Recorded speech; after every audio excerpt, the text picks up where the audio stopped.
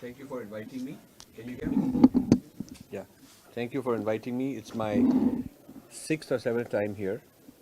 I've been to the Sanskrit department and spoken once in the philosophy department, R.P. Singh's, English department. Once we had this science congress.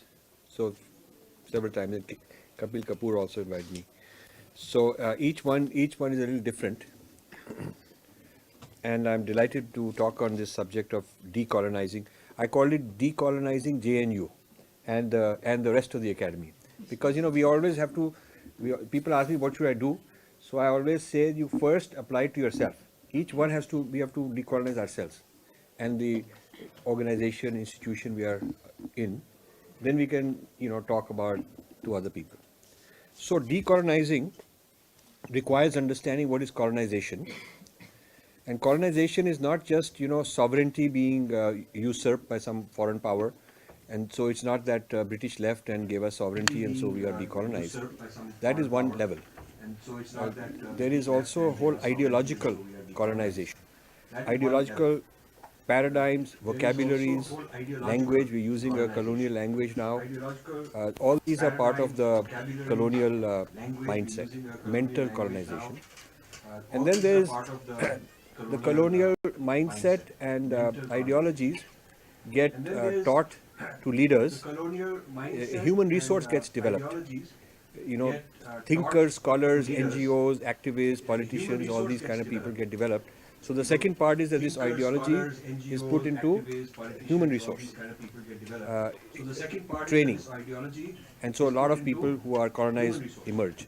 The ideology by itself will just sit there, but you have to put it in minds of people. And then third is institutions, which replicate this, pass it on from generation to generation. So this kind of decolonization hasn't gone away.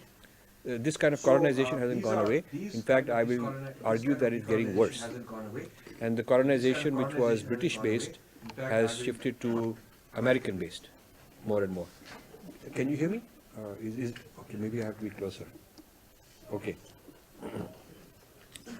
So this morning, I was at the NDTV. There was a show being recorded, which is called We the People, and this will be viewed tomorrow in the evening. And this episode, I was there with many other people. This episode is about NGOs, especially foreign country NGOs, and that has to do with colonization. It's very interesting that the majority of the people speaking, one or two of them were from the NGOs and Greenpeace and so on, but many of the people speaking were saying that there is no colonization, this is how we want, and Lord Meghnad Desai, Member of Parliament in the House of Lords in Britain, saying that British Parliament carrying out hearings and investigating what is happening in India is part of the globalization, why should you be afraid? So I had to, after hearing it a few times, I had to tell him that with all due respects to the British Parliament, and you are a member of that, but the point is we've been decolonized for a while, at least sovereignty-wise, and we don't need that advice. And the British Parliament is not elected by Indians, and it is not, the people are not appointed by Indians, they're not accountable to Indians, they're accountable to their own citizens. And so why would we foolishly go there and try to get them to rescue us from problems? So the whole idea that they are like Ma-Baap who are going to look after us and our NGOs going running there is a sign of colonization.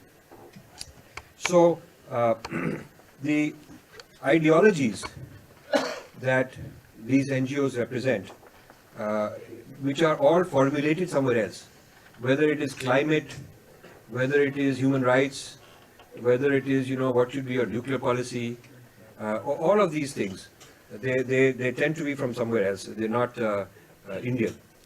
And when they talk about globalization, that is all globalization, I mentioned that there is no Africa represented, no African voice represented in these global NGOs. There's no African point of view or Latin American point of view. There are no globalized Indian NGOs. The NGOs tend to be a very Western phenomenon to kind of create a non-governmental way of entry and influence young people all over the world. Now, there's nothing wrong in many of the causes, and many of the NGOs are perfectly fine, but there has to be some due diligence, some scrutiny, which has not happened. So that is a major part of colonization. this is the home of Ramila Thapar. So I will have to say that part of decolonization has to be decolonizing from Ramila Thapar, Irfan Habib and people like that. Because they have done a lot of damage in the way history was written. Until then, R.C. Majumdar wrote History of India, multiple volumes after independence. That became very important to get rid of British writings and put new writings. But this lasted for only a while. And then especially during the Indira Gandhi era, it was very important for Indira Gandhi's vote bank politics to pander to various communities and give them a sense of separateness, sense of being victims, sense that the rest of the country had been bad to them, they need to be looked after. So this vote banking and fragmentation politics starts. And these historians lend their academic and intellectual minds to this project. And so this is very dangerous, and this has been going on, it's getting worse, there's no sign to stop it.